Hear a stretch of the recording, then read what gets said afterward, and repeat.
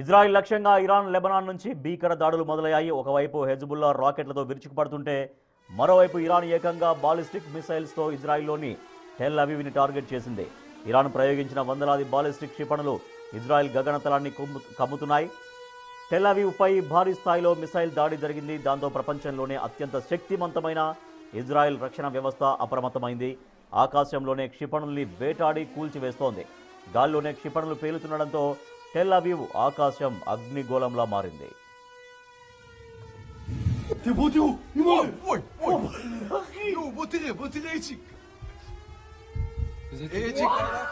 దాడుల నేపథ్యంలో జెరూసలేం నుంచి దక్షిణ ఇజ్రాయెల్ వరకు సైరన్లు మోగుతున్నాయి. దాంతో లక్షలాది మంది ప్రజలు షెల్టర్లలోకి పరుగులు తీస్తున్నారు. దక్షిణ ఇజ్రాయెల్లో హై అలర్ట్ ప్రకటించిన ప్రభుత్వం ప్రజలెవరూ బయటకు రావద్దని హెచ్చరికలు జారీ చేసింది. అటు లెబనాన్ సరిహద్దుల నుంచి హెజ్బుల్లా వదులుతున్న రాకెట్లు సరిహద్దు గ్రామాల్ని వణికిస్తున్నాయి.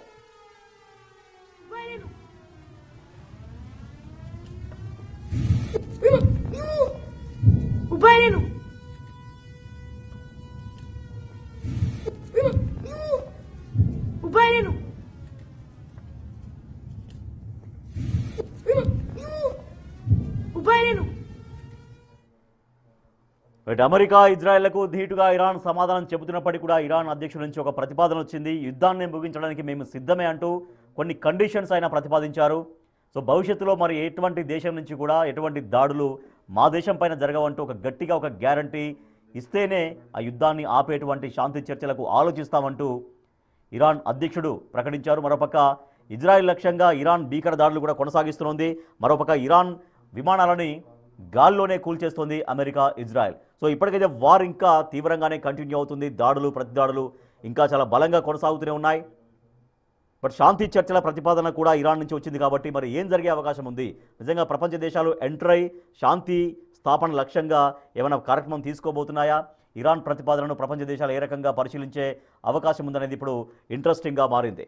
మా ప్రతినిధి శివ మరింత సమాచారం అందిస్తారు ఢిల్లీ నుంచి. రెడ్ శివ, ఇరాన్ అధ్యక్షుడి నుంచి ఒక ప్రతిపాదన వస్తోంది. యుద్ధాన్ని ఆపేందుకు మేము సిద్ధంగా ఉన్నామంటూ కొన్ని కండిషన్స్ కూడా ఆయన పెడుతున్నారు. సో మరోపక్క ఇరాన్ ఇంకా దాడులు కొనసాగిస్తోంది. ఆ ఇరాన్ విమానాలని అమెరికా ఇజ్రాయెల్ ధ్వంసం చేస్తూనే ఉన్నాయి. ఓ పక్క యుద్ధం బీభత్సంగా కొనసాగుతుండగానే మరోపక్క శాంతి మాట కూడా ఇరాన్ వైపు నుంచి వస్తోంది. సో ఏం జరిగే అవకాశం ఉంది శివ? ప్రపంచ దేశాలు ఏ రకంగా దీన్ని గమనిస్తూ ఉన్నాయి, జరుగుతున్నటువంటి పరిణామాలని, వస్తున్నటువంటి వ్యాఖ్యల్ని? రైట్ రాజేష్, 13వ రోజు కూడా యుద్ధం కొనసాగుతుంది. ఇజ్రాయెల్, ఇరాన్, అమెరికా ఈ మూడు దేశాల మధ్య యుద్ధం కొనసాగుతుంది. దీని ప్రభావం అనేది పశ్చిమాసియా దేశాలు, గల్ఫ్ కంట్రీస్ మీద కూడా పడుతుంది. ఈ నేపథ్యంలోనే ఇప్పుడు యుద్ధానికి సంబంధించి తీవ్ర పరిస్థితులు ఎదురవుతున్నాయి. అంటే ప్రపంచ ఆర్థిక వ్యవస్థ పైన ఈ యుద్ధం ప్రభావం చూపిస్తోంది. మరోవైపు అర్మోజ్ జలసంధి వద్ద కూడా ఉద్రిక్త పరిస్థితులు నెలకొన్నాయి. ఏ ఒక నౌక వచ్చినా వాటిని పేల్చేస్తాము, దాడి చేస్తామంటూ కూడా ఇరాన్ ప్రకటించింది. దానిలో భాగంగానే అక్కడ హర్మూజ్ జలసంధి నుంచి గుజరాత్ వైపు వస్తున్న ఒక నౌక పైన దాడి చేశారు. దానిపై ఉన్న దానిలో ప్రయాణిస్తున్న 20 మందిని ఒమన్కి సంబంధించిన దేశస్తులు కాపాడారు. మరో ముగ్గురి ఆచూకీ గల్లంతైంది. వారి కోసం రెస్క్యూ ఆపరేషన్ అయితే కొనసాగుతుంది. అయితే ఈ సందర్భంలో అంటే ప్రతీకార దాడులు అంటే దాడులు చేస్తున్నప్పుడు దాన్ని అడ్డుకోవాలి కాబట్టి మేము దాడులు చేస్తున్నామనేది ప్రధానంగా ఇరాన్ చెబుతోంది. అయితే ప్రెసిడెంట్ అయితే యుద్ధం పైన ఇరాన్ మెత్తబడింది అనేది కూడా ప్రధానంగా ఆ దేశ ఇరాన్ అధ్యక్షుడు మసౌద్ పెజిష్కియాన్ చేస్తున్న ట్వీట్ను బట్టి అర్థమవుతోంది. అంటే యుద్ధం సంబంధించి శాంతిపూర్వక చర్చలు జరగాలి. అయితే 3 షరతులతో కూడిన ఒక నిబంధన ఆయన షరతులు పెట్టినట్టు యుద్ధాన్ని విరమించుకోవాలంటే 3 షరతులకు సంబంధించి ఆయన కండిషన్స్ పెట్టారు. ఆ షరతులకు అంగీకరిస్తే యుద్ధానికి సంబంధించి చర్చలకు వస్తాము విరమించేందుకు అనేది ప్రధానంగా మసౌద్ పెజిష్కియాన్ ఒక ట్వీట్ చేశారు. ఒకటి, ఇప్పటి వరకు జరిగిన నష్టపరిహారానికి సంబంధించి వారు చెల్లించాలి అనేది ఒక ప్రధానంగా ఒక కండిషన్ పెట్టారు. అంటే ఇరాన్ హక్కులను గుర్తించాలి. ప్రధానంగా ఇరాన్కి ఏవైతే హక్కులు ఉన్నాయో ఆ హక్కులను గుర్తించాలి. హక్కులను కాలరాసే విధంగా కూడా ఇజ్రాయెల్, అమెరికా వ్యవహరిస్తున్నాయి. దానిలో భాగంగా ఇద్దరి మధ్య ఒప్పందం కుదరకపోవడం వల్లే మా పైన ఉగ్రవాద దేశం అనేది ఒక నెపం నెట్టి మా పైన ఈ విధంగా దాడులు చేస్తున్నారనేది కూడా ప్రధానంగా మా హక్కులు గుర్తించాలనేది ఒక కండిషన్ పెట్టారు. రెండోది యుద్ధంలో ఇప్పటి వరకు జరిగిన నష్టానికి పరిహారం చెల్లించాలి. ఇక్కడ ప్రాణ నష్టానికి సంబంధించి కానీ మృతి చెందిన వారికి నష్టపరిహారం చెల్లించడం కానీ ఇప్పటి వరకు ఆర్థికంగా కూడా కుదేలైపోయింది ఈ యుద్ధం వల్ల. ఇరాన్ ఆ ఆర్థిక భారాన్ని కూడా ఆర్థికంగా కూడా ఆదుకోవాలి, ఆర్థికంగా కూడా నష్టపరిహారం చెల్లించాలని మరో కండిషన్ పెట్టారు. మరోవైపు భవిష్యత్తులో ఇరాన్ పైన ఎటువంటి దాడి ఎటువంటి యుద్ధము చేయకూడదు, ప్రపంచ దేశాలని కూడా ఒక మాట మీదకి వచ్చి దీనిపై ఒక నిర్ణయం తీసుకోవాలి. మరి ముఖ్యంగా అమెరికా అధ్యక్షుడు డొనాల్డ్ ట్రంప్ కానీ ఇటు ఇజ్రాయెల్ ప్రధాని బెంజమిన్ నెతన్యాహు కానీ ఇద్దరు కూడా ప్రపంచ దేశాలతో చర్చించి దీనికి అంగీకరిస్తే కనుక మేము యుద్ధాన్ని విరమిస్తాము అనేది కూడా మసౌద్ పెజిష్కియన్ ఇరాన్ అధ్యక్షుడు ఒక ట్వీట్ చేశారు. ఆ ట్వీట్ అంతా కూడా సోషల్ మీడియాలో వైరల్ అవుతోంది. అయినప్పటికీ కూడా ఇప్పటికీ ఒకరిపై ఒకరు దాడులు చేసుకుంటున్నారు. ఇటు అమెరికాకు సంబంధించి పశ్చిమాసియా దేశాలు ఎక్కడైతే ఆస్తులు ఉన్నాయో ప్రధానంగా ఈ ఎయిర్ బేస్లు కానీ వైమానిక స్థావరాలు సైనిక స్థావరాలు ఏవైతే ఉన్నాయో వాటిపై మాత్రం దాడి చేసేందుకు ఎక్కడ కూడా ఇరాన్ వెనుకాడడం లేదు. మరోవైపు ఇజ్రాయెల్ పై కూడా దాడి చేస్తోంది. శివ అయితే ఇరాన్ మొదటి నుంచి ప్రకటనలు చేస్తూనే వస్తుంది.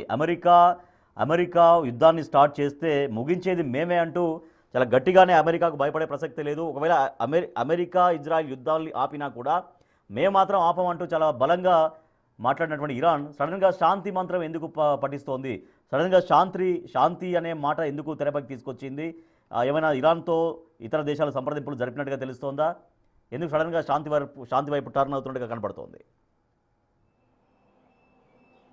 రైట్, ఇది మూడవ ప్రపంచ యుద్ధానికి దారితీసే అవకాశం ఉంది. ఈ యుద్ధం అనేది ప్రపంచ దేశాలపై ప్రభావం చూపబడుతుంది.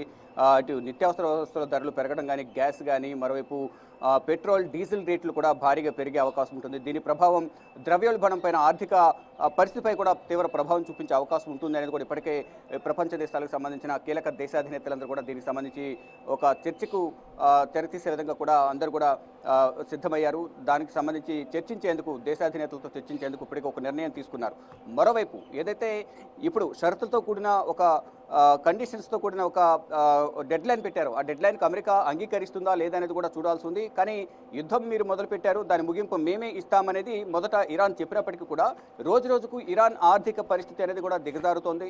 మరణాల రేటు కూడా ఎక్కువగా పెరుగుతోంది. ఇజ్రాయెల్ అలాగే అమెరికా చేసిన దాడుల వల్ల ప్రాణ నష్టం కూడా చాలా సంభవిస్తోంది. దీని ద్వారా ప్రజల నుంచి కూడా ఇరాన్కు వ్యతిరేకత అనేది వ్యక్తమవుతుంది. అంటే దేశాధినేతను కోల్పోయినప్పటికీ కూడా 28వ తేదీన యుద్ధం అనేది ప్రారంభమైంది. అణు ఒప్పంద చర్చలు విఫలమయ్యాయని ఒక ప్రకటన చేసిన వెంటనే ఇజ్రాయెల్ దాడి చేయడం, దాని ప్రతిగా ఇరాన్ దాడి చేయడం, ఇలా ప్రతిదాడులతో వేల సంఖ్యలో ఇరు దేశాలకు సంబంధించిన వారందరూ కూడా ప్రాణాలు కోల్పోయారు. ఆర్థిక పరిస్థితి కూడా చాలా కుదేలైంది ఇరాన్కు సంబంధించి. మొదట ముగింపు మేమే ఇస్తామని చెప్పినప్పటికీ కూడా ఇప్పుడు ఆర్థిక పరిస్థితి బాగాలేదు కాబట్టి ఇప్పుడు యుద్ధం అంటూ జరిగితే ఇంకా నష్టపోవాల్సిన పరిస్థితి వస్తుంది అనేది ఉద్దేశంతోనే ఈ కండిషన్స్ పెట్టి యుద్ధాన్ని విరమింపజేసే విధంగా చర్చలు జరుగుతున్నట్లు తెలుస్తుంది. దానిలో భాగంగా మరి దీనికి అమెరికా అధ్యక్షుడు డొనాల్డ్ ట్రంప్ అంగీకరిస్తారా లేదా అనేది కూడా చూడాల్సి ఉంది.